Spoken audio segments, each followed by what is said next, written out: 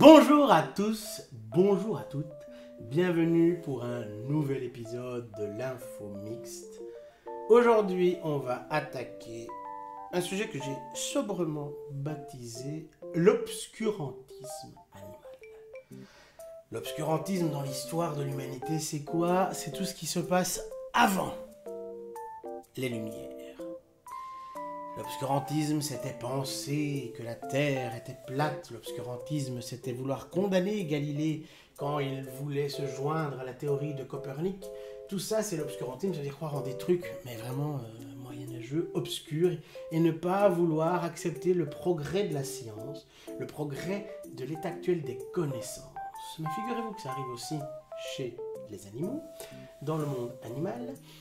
Je pourrais lier cette vidéo à la vidéo que j'avais faite sur les spécialistes des réseaux sociaux, les spécialistes qu'on trouve sur Facebook, parce que c'est un petit peu lié, mais pas que.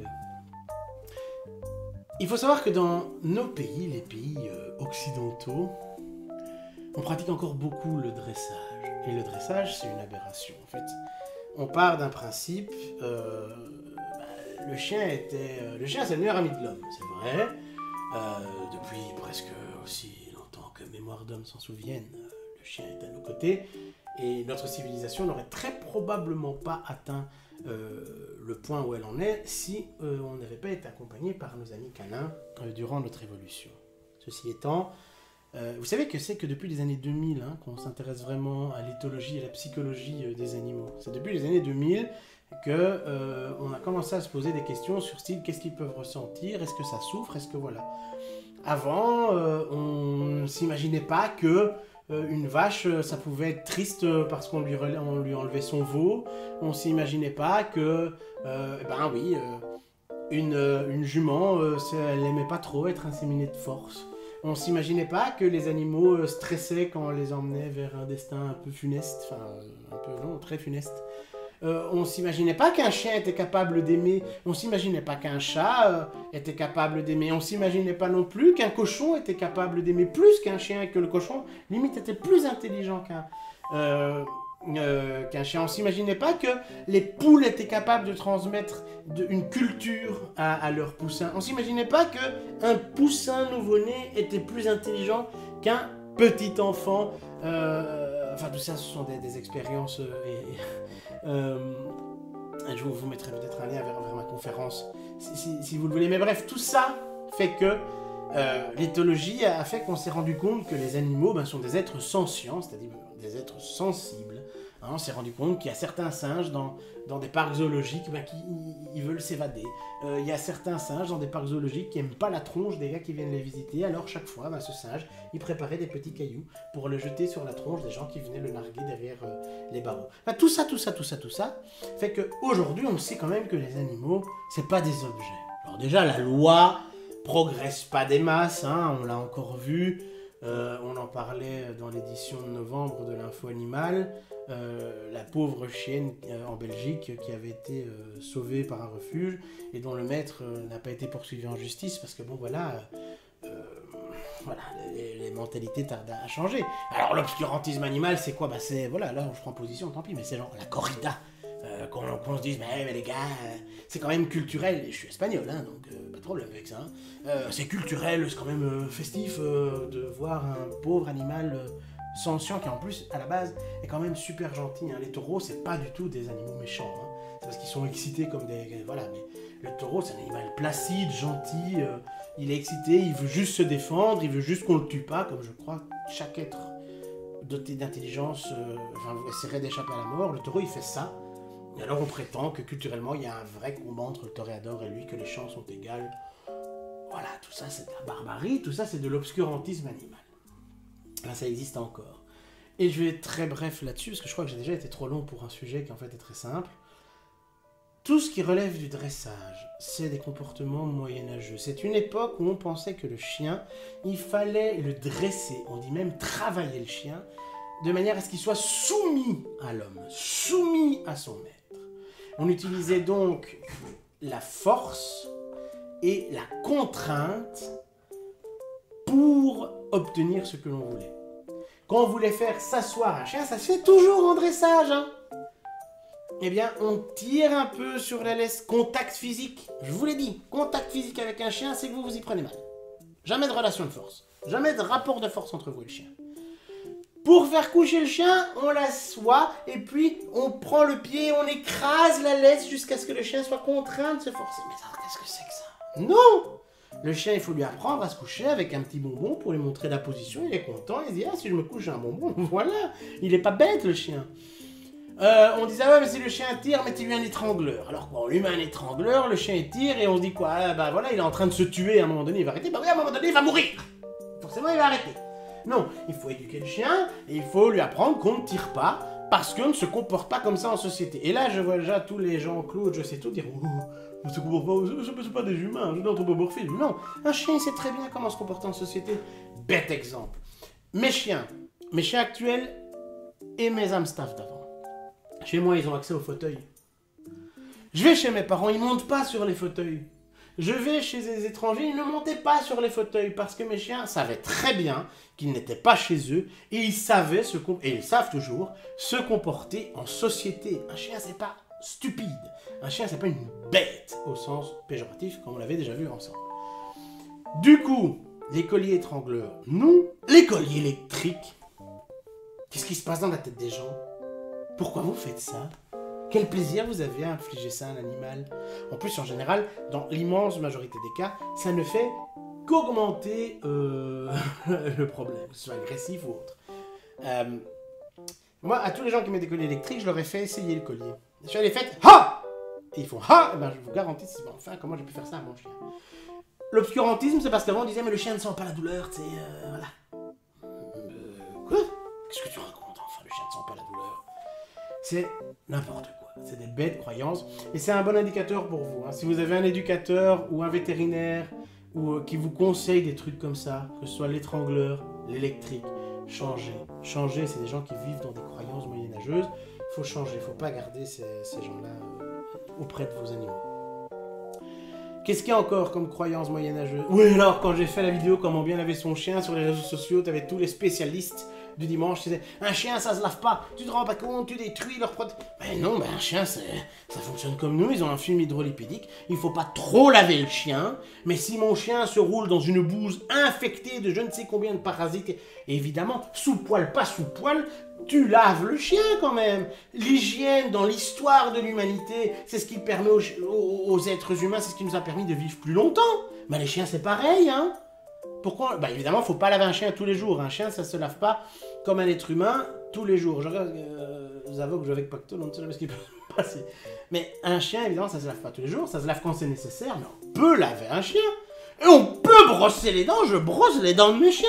Ça a du tartre, un chien. Ça a des caries, un chien. Pour quelle raison scientifique, biologique, le chien n'aurait pas de caries ou n'aurait pas de tartre? Bon, les caries, évidemment, c'est vrai que vos chiens n'ont pas trop accès au sucre normalement, donc il y a moins de chances. En général, ils n'ont pas de caries. Mais hypothétiquement, ils pourraient développer des caries, les chiens. Ils développent du tartre, les chiens. Habiller son chien, on lui consacrera une vidéo, mais pourquoi pas? Si votre chien a froid, vous connaissez votre chien? Moi, je connais Pactole, c'est un petit bout de saucisse, mon petit Pactole. Quand il fait froid, il a froid, je le vois, il check ses boots comme ça. Bah, je lui mets un pull. Après, bon, faut pas habiller le chien en mode fashionista, que le chien n'aime pas être habillé, lui mettre des chaussures qui sachent plus marcher, ou le déguiser en Superman, qu'on voit que le chien est très mal à l'aise, ou lui teindre les cheveux, enfin les poils, ou les cheveux si c'est un chien comme un Yorkshire, pour se faire plaisir à soi-même. Mais il n'y a rien de... On ne renie pas la nature de son chien parce qu'on lui met un pull, enfin si vous préférez voir ça comme une couche supplémentaire pour le protéger du froid, ben, c'est pas du tout archaïque. Bienvenue dans le nouveau siècle des lumières animales. On sait que les animaux sont des êtres sensibles, qu'il ne faut pas les laisser souffrir gratuitement. Les gens qui ont des chiens juste pour les laisser dans le jardin, mais n'ayez pas de chien, les gars. Un chien, on sait qu'ils ont besoin de contact, de rapports sociaux, qu'ils ont besoin d'une famille, qu'ils ont besoin de se sentir aimés. Enfin, c'est quand même aujourd'hui, ça me paraît tellement évident. Et alors, le truc, l'argument qu'on vous dira toujours, c'est « Je suis éleveur de teckel à poil dur depuis 40 ans !» Et bah justement, c'est pas des gens dans la vie... Pas tous, évidemment, parce que c'est pas du jeunisme, hein. Les vieux, il y a des vieux très très jeunes dans leur tête, et des gens âgés très très jeunes dans leur tête, et des jeunes très très vieux dans leur tête aussi, mais c'est des pratiques vieilles qu'il faut se débarrasser. Il faut aller dans le sens de l'évolution, dans le sens du bien-être animal. Voilà, le chien est un membre de la famille aujourd'hui. Le chien, c'est plus une bête de rendement, quoi. Donc tout ça, c'est de l'obscurantisme animal. La cage, le collier étrangleur, le collier à pic, le collier électrique. Tout ça, je sais pas pourquoi ça existe. On verra dans certainement le prochain épisode l'inhibition à la morsure. L'inhibition de la morsure, maintenir la gueule pour faire comprendre quel chien. Et c'est dangereux, parce que moi, avec mes chiens, même avec mon staff, on avait une relation d'amour et de respect. Et j'ai jamais eu peur de mes chiens, parce que mes chiens et moi, il y avait une relation d'amour, c'est bête, mais c'est vrai. Et avant que mes chiens ou même mon chat ne me mordent, mais c'est qu'il faudrait vraiment, par exemple, si vraiment, sans faire exprès, je touche une plaie, mais même comme ça, avec mon Star, qui faisait quand même une belle bête, hein. À un moment donné, il avait des problèmes de pattes, il avait vraiment mal, il me laissait faire, parce qu'il avait confiance en moi, parce qu'il savait que de moi, rien de mauvais ne pouvait arriver. Mes chiens, ils m'écoutent par plaisir, parce qu'ils m'aiment.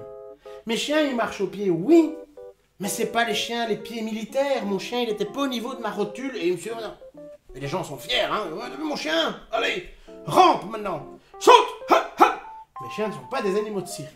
Mes chiens, ils sont éduqués pour bien se tenir en société. Punt and the lane, comme on dit en Belgique ici. C'est tout. Et mes chiens, eh ben oui, ils m'aiment quand ils sont au pied, ils sont dans mon périmètre, et ils me laisseront jamais m'éloigner très loin. Mais je m'en fiche, moi, qu'ils soient à mes pieds. C'est sa promenade, balade-toi, c'est pour ça qu'on sort quand même. C'est ce type d'exemple-là. Mon chien, quand je lui demande de s'asseoir, en général, il en a rien à péter, c'est vrai, mais c'est parce que je n'ai pas travaillé ça vraiment avec lui. Mais mon staff, parce qu'avec un staff, évidemment, il y a des chiens qu'il faut plus cadrer aussi que d'autres, il le faisait pour me faire plaisir. Quand je demande de faire quelque chose à Pactolo Avesta, ils le font pour me faire plaisir. Quand je les appelle, ils reviennent pour me faire plaisir, pas parce qu'ils ont peur, qu'est-ce qui va se passer si je viens pas? Alors, qu'est-ce qui se passe si on pratique le dressage? Deux choses. Premièrement, c'est par contrainte. On contraint l'animal par la force. Donc, on instaure un rapport de force et c'est pas intelligent. Je dis toujours deux choses. Premièrement, si vous imposez votre force à un petit chien, vous êtes un lâche, et donc honte à vous. Et si vous essayez d'imposer votre force à un gros chien, vous êtes un suicidaire et c'est pas très intelligent. Parce que, je vous garantis qu'un berger allemand, d'un coup de dent bien placé, vous n'existez plus. L'Amstaff, d'un coup de dent, il vous broie la main. Donc ils ont la civilité, eux, de ne pas vous montrer qu'ils sont plus forts que vous, mais vous, être complexé, vous devez montrer « Ouais, je suis le maître ici !»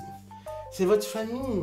Agissez comme avec votre famille, ils vous le rendront comme dans une belle famille. Et on dit « Ouais, mais on ne peut pas dresser les chiens à tous les âges. » Ben, c'est vrai. Mais on peut les éduquer à tous les âges. Pourquoi on ne peut pas les dresser à tous les âges? Parce que cette pratique barbare, l'âge moyenâgeuse, où on prend un chien, on le contraint par la force. Mais les chiots, c'est un peu comme maltraiter un enfant. Ils ne savent pas se défendre. Et c'est un petit peu d'obliger par la force un berger allemand de 30 kilos mâle avec une belle personnalité. Essaie de tirer sur la laisse et de l'étrangler. Tu vas voir ce qui va t'arriver. C'est pour ça qu'on ne peut pas dresser des vieux chiens. Parce qu'ils ne se laissent pas faire. Ils se laisseront pas faire, ou alors ils auront des troubles, mais vraiment des troubles psychologiques très graves, d'abattement, de dépression, ce sont des chiens malheureux, quoi. Donc ouais, mes chiens, ils font parfois des bêtises, oui, parfois ils font, mais voilà, avoir des chiens, c'est un peu comme avoir des enfants en bas âge, hein. Ils savent plus ou moins ce qu'il faut faire, on n'est jamais à l'abri d'une petite connerie, mais c'est ça qui est chouette aussi. C'est ça la beauté d'avoir des compagnons de vie, c'est pas pour avoir, si vous voulez une peluche ou une statue, vous achetez une peluche ou une statue. Et le dressage fait qu'un jour, ils peuvent en avoir marre, ces chiens, d'être rabroués, de chaque fois être tapés, de chaque fois être contraints, de chaque fois... Parce que le chien qui marche au pied, ben oui, parfois, on le lâche, il court, il s'enfuit. Mais parce qu'il n'aime pas être à vos pieds, il est obligé de l'être. Et c'est ce genre de chien-là avec lequel il se produit des incidents. Parce que ces chiens-là, un jour, ils peuvent se révolter. Et ils n'ont pas une relation d'amour véritable, de partage véritable avec leur maître. Ils ont une relation de force, un rapport de force, de contrainte. Le chien, il va vous aimer de toute façon, hein, qu'on s'entend bien, parce que le chien est un animal de... Voilà, on sait très bien que le chien est un animal extraordinaire à ce niveau-là, il vous aime plus qu'il ne s'aime lui-même, et c'est le seul animal, en tout cas, ce qu'on sache pour l'instant, qui fonctionne comme ça. Mais à un moment donné, il va peut-être en avoir marre, et comme il ne vous respectera pas parce que vous le traitez mal, eh bien, il est normal qu'un jour, il se révolte, parce que chaque créature opprimée tente un jour de se révolter. Et il y a des accidents comme ça, des morsures ou des accidents dramatiques avec des enfants. Que le chien qui fait tout par amour et par plaisir pour vous, parce que vous êtes son, vous pouvez dire maître aussi, mais bon, voilà, son tuteur, parce que vous êtes son gardien, son modèle, sa référence, moi je dis son référent, à ce chien-là, il n'y a aucune raison qu'un jour il se rebelle contre vous, parce qu'il y a une relation de respect, d'amour et de confiance. Ne croyez plus toutes les croyances passées, tout ce qui appartient au dressage, qu'il faut dominer son chien, qu'il faut l'écraser, qu'il faut le taper, qu'il faut lui mettre son museau dans l'urine, qu'il faut l'engueuler très fort, qu'il faut le punir, qu'il faut l'isoler, ce qu'on appelle le renforcement négatif, quoi. À tous ces professionnels-là, je m'adresse à l'éleveuse à qui j'avais parlé sur Facebook, je m'adresse à tous ces pseudo-experts du bien-être animal des années avant Jésus-Christ. Franchement, disparaissez, parce que vous faites du mal aux animaux, et il y a des gens qui n'y connaissent pas grand-chose, qui gomment un peu comme des dogmes vos croyances à la limite antiques. Donc voilà. Retenez que l'animal, le chien est un animal sensible, qui vous aime, il mérite votre respect. Et comme avec un enfant, ce ne sont pas des enfants bien sûr, je ne dis pas ça, hein, mais la violence ne sert à rien, ce ne sont pas des défouloirs, c'est votre famille. Voilà. J'espère que cette vidéo vous aura plu, si c'est le cas, n'hésitez pas à laisser un pouce bleu. Je sais pas, je me suis imaginé que quelqu'un allait le dire derrière son écran avec moi. Un commentaire, allez-y, vous voulez m'expliquer que le dressage c'est l'avenir de l'homme, allez-y, je vous expliquerai pourquoi c'est faux. Pas de problème avec ça, la science est toujours du côté de la raison. Hein. Après les croyances et les pratiques, rappelez-vous messieurs, qu'avant on pensait qu'exciser les femmes c'était bien et que l'esclavage c'était sympa aussi, on a découvert quand même que c'était pas des trucs très corrects. C'est un petit peu la même chose qui se passe maintenant avec l'évolution des mœurs et des mentalités et de la connaissance. Bref, t'es pas abonné, tu t'abonnes bien évidemment. Tu actives la clochette. Comme ça, tu es tenu au courant de toutes les prochaines vidéos qui vont sortir. Moi, je vous dis à tous, à très bientôt. Et surtout, dans l'amour, dans le respect, dans l'harmonie, prenez soin de vos poilus.